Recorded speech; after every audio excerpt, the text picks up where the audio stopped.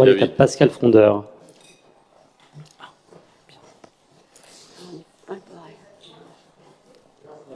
Ouais. Allô? Oui, c'est bon. Je recommence. Vous avez envie que je vous dise merci plusieurs fois. Donc, merci, messieurs les adjoints, chers collègues. Donc, une explication de vote et quelques questions également concernant ce budget primitif. Donc, nous commençons par nous joindre à Madame Vaudevire pour saluer le travail qui a été effectué dans les délais très courts par les équipes de la ville. Ensuite, nous voudrions revenir sur ce document budgétaire que nous examinons aujourd'hui avec ses 129 pages de tableaux qui est probablement difficilement compréhensible pour une grande majorité des Levalloisiens. Non pas qu'il soit fermé aux questions économiques, je ne le pense pas, mais tout simplement parce qu'il est établi selon les règles de la comptabilité publique française qui n'est pas réputée pour sa simplicité et sa lisibilité. Nous n'avons aucune raison de penser que les services financiers de la ville n'établissent le budget primitif avec une grande compétence et des qualités de rigueur et de précision. Cependant, en comparant le document de présentation du budget primitif avec les pratiques de villes comparables à Levallois, nous pensons qu'il existe des marges d'amélioration sur la présentation. Pour rendre ce document plus lisible et plus compréhensible par le lecteur non expert, autrement dit, plus utile pour les habitants de Levallois. D'autant que nous n'avons pas trouvé le budget primitif sur le site de la ville, alors que dans d'autres communes, quand vous tapez sur le moteur de recherche, vous le trouvez. Alors peut-être que je n'ai pas bien cherché. Permettez-moi de vous répondre tout de suite à ça. C'est normal, on ne l'a pas encore voté. Non, mais les autres années. Mais on ne le trouve pas. On ne le trouve pas facilement, en tout cas. Donc, d'autres villes également, je veux dire, quand vous tapez sur le moteur de recherche, vous tombez sur le document des années passées. Donc, effectivement, que celui de cette année soit pas disponible, je le comprends. Voilà. Donc, peut-être que c'est une question d'indexage et qu'on y remédie assez facilement. Voilà. Donc, nos propositions pour la note de présentation seraient les suivantes.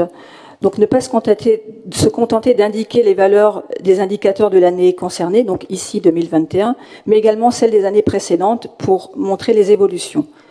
Comparer, quand cela est possible, les indicateurs de Levallois à ceux des villes comparables.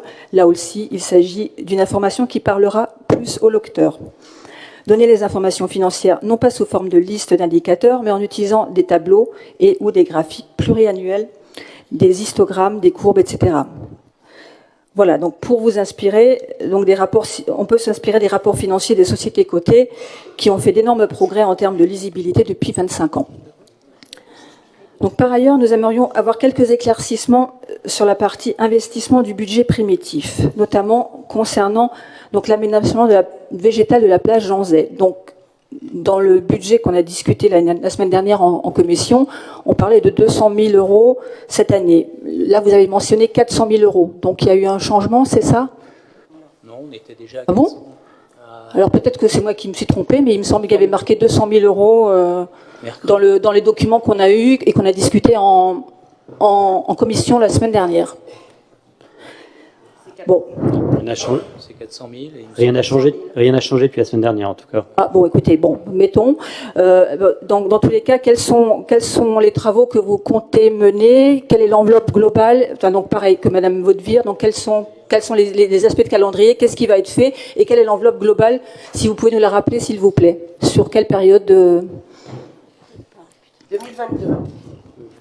2022, c'est l'intégralité des travaux, c'est ça, Madame Deschiens? Oui, Madame. Donc 400 000 euros pour refaire la place Jean Zay, c'est ça, d'accord? D'accord. Donc, ok. Et est-ce que le projet, là vous avez présenté le projet également? Donnez-moi le volet végétalisation est de 400 000 euros.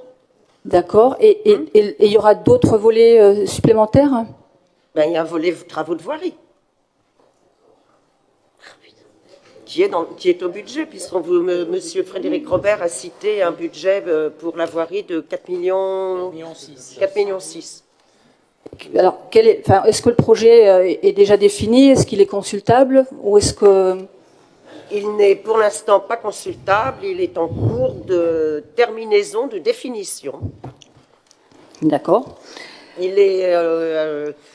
On termine la PS.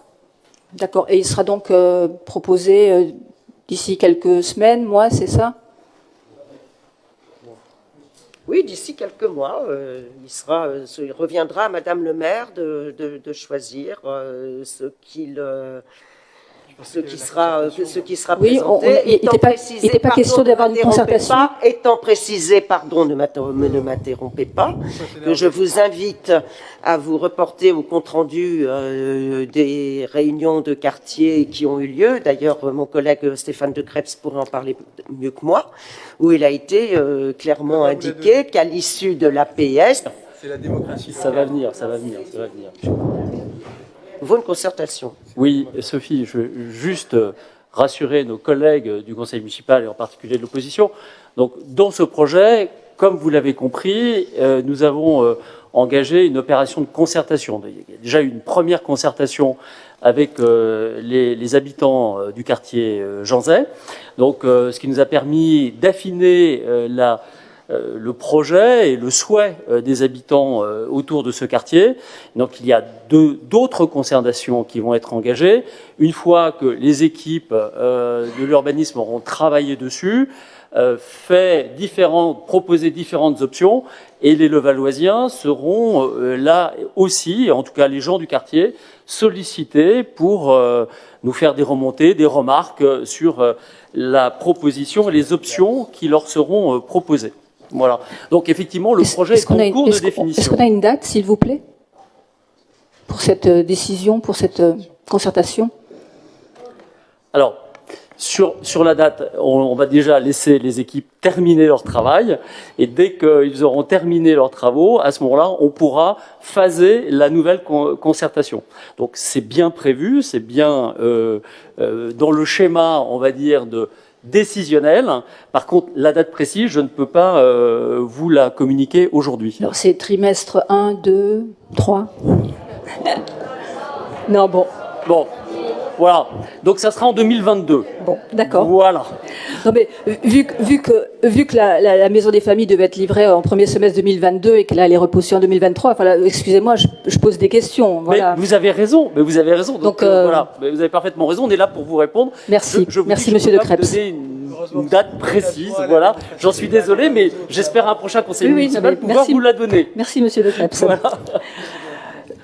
Voilà, donc de même, nous ne voyons rien sur l'aménagement du parking donc sous le marché Barbus, alors que visiblement donc un accord a été trouvé donc et que la ville va donc reprendre son exploitation. J'imagine qu'un projet pareil détaillé est prêt et peut-être que vous pouvez nous en dire un peu plus. Non, il n'est pas prêt. Tu veux que je te... Sophie. Non, vas-y, je donne la parole à Jean-Yves. Non, d'accord.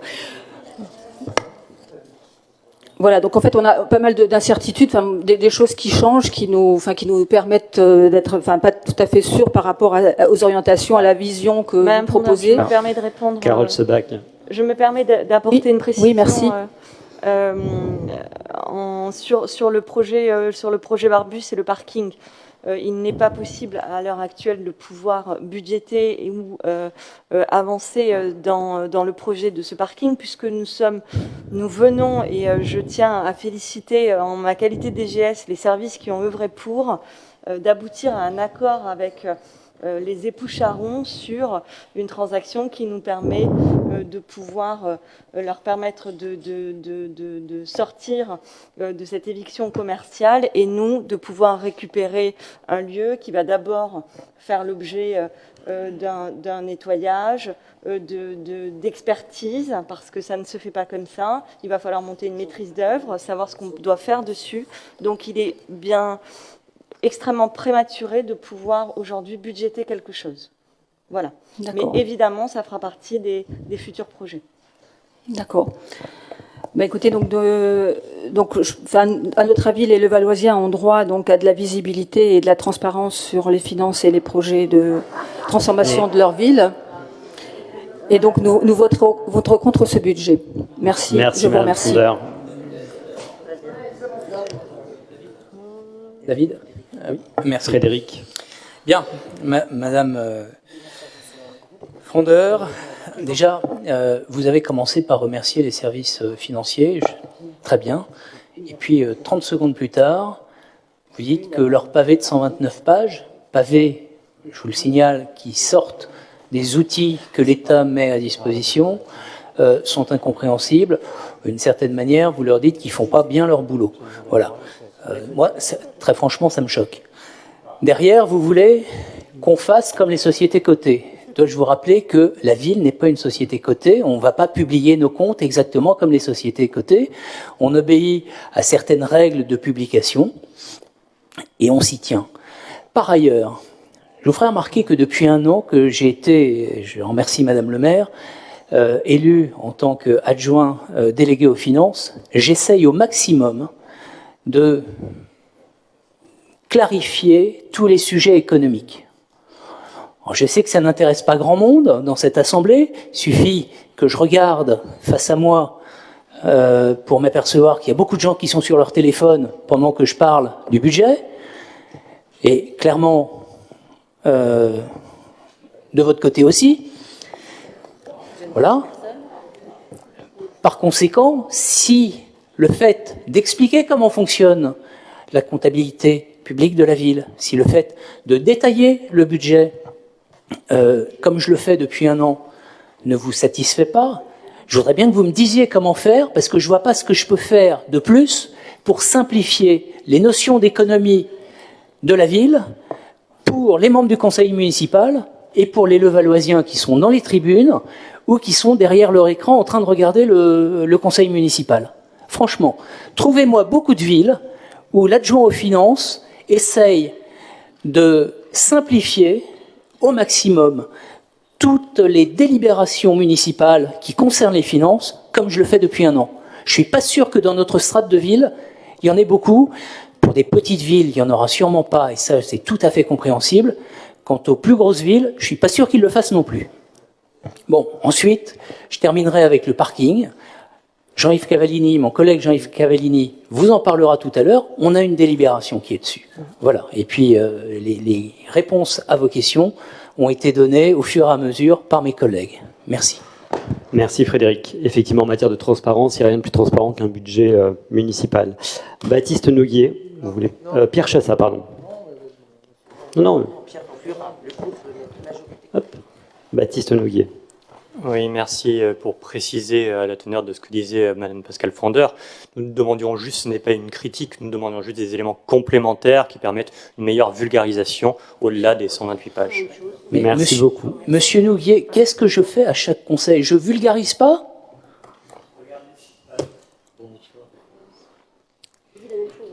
Pierre Chassa. C'est bon. Merci, mes chers collègues, bonsoir. Je voulais évidemment témoigner au nom de la majorité et remercier l'excellent travail fourni par nos équipes des finances.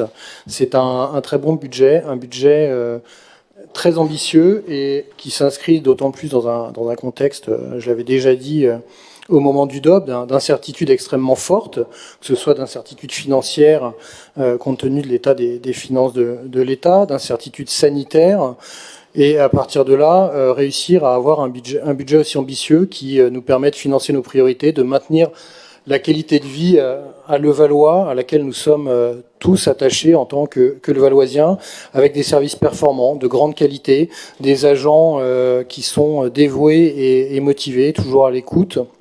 Nous pouvons évidemment nous féliciter de pouvoir aujourd'hui présenter un budget qui va nous permettre d'investir et de continuer de construire et de préserver une magnifique qualité de vie qui nous est enviée dans beaucoup d'autres villes.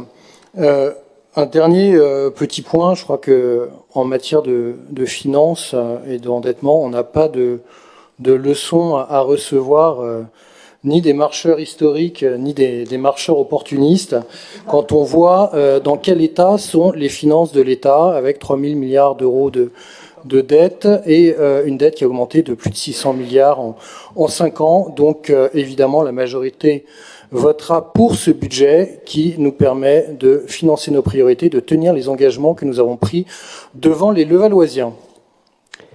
Merci Pierre.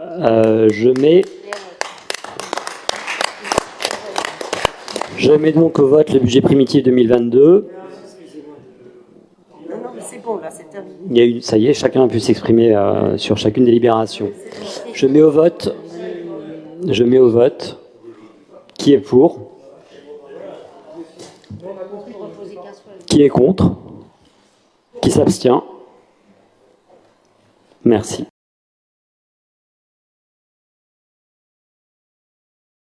Pascal Frondeur, vous avez demandé la parole. Oui, merci. Merci pour cette très belle initiative pour laquelle nous voterons pour. Nous aimerions prolonger, donc, à l'occasion de demander également quels sont vos projets pour les plus grands, pour les adolescents, par exemple. Ne serait-il pas opportun d'initier peut-être un projet de Fab Lab ou un projet plus numérique qui va au-delà de ce qui se fait à la médiathèque en ce moment, qui sont vraiment du saupoudrage. Je pense qu'effectivement, en plus, ce sont des enjeux qui sont nécessaires pour lesquels nos jeunes doivent tout ce qui est Arduino, découpe laser ou peu importe. Enfin, vous avez raison. Non, mais personne. Voilà, on a déterminé. Donc ça ira. Non, juste oui. Les jeux vidéo, les collèges, tout le monde sera concerné. Et par ces jeux, puis de toute façon, tout le monde est concerné, les grands-parents, les parents, les enfants, les frères et sœurs, il n'y a pas de limite d'âge. C'est comme une médiathèque, sauf que c'est le jeu. Alors, le Fab Lab, c'est pas tout à fait la même chose, c'est plus... Mais il y a des centaines de personnes qui participent au Fab Lab. Il y a des centaines de personnes qui bénéficient du Fab Lab. Du Fab Lab ? À la médiathèque. Oui, il y en a beaucoup, hein. Oui, c'est pas exactement un Fab Lab. Je dis pas que c'est anecdotique. Hein. Je dis pas que c'est anecdotique. C'est juste que c'est quelque chose où et puis il y a d'autres projets comme la microfolie qui est en cours de réflexion auquel justement les ados pourront prendre part. Donc et puis il y a toujours à la médiathèque, c'est ça. Robin pourra vous en parler mieux que moi, mais il y a tout ce qu'on fait déjà quotidiennement pour les ados et les pré-ados dans nos clubs. Donc je pense pas que nos adolescents soient oubliés dans la politique culturelle et d'animation de la ville. Ils ont aussi les clubs ados, hein, je vous précise quand même, où ils sont quand même accueillis et où de nombreuses activités leur sont proposées. Je dis pas le contraire. L'idée, c'est une proposition, c'est de faire quelque chose. Je pense que c'est vraiment intéressant. Aujourd'hui, on veut d'avoir des gens qui sont en capacité d'être entrepreneurs, d'être des makers, et je pense que ce genre d'initiative, d'avoir un lieu dédié, quand on fait un projet, moi j'ai été vice-présidente d'un Fab Lab, donc je sais ce que c'est. Quand on fait un projet dans un Fab Lab, c'est pas quelque chose où on vient une fois tous les 2 mois pour se sensibiliser. Enfin, c'est quelque chose qu'on crée et qui prend des jours et on revient et il y a une communauté et c'est des choses sur lesquelles on a aussi l'espace jeunesse, madame, qui est réservé aux 18-25 ans aussi. On a quand même beaucoup d'offres. Hein. Mais là, c'est vraiment l'ouverture d'une ludothèque qui est vraiment sur le jeu. Non, mais c'est très bien, c'est très bien. C'était juste une proposition.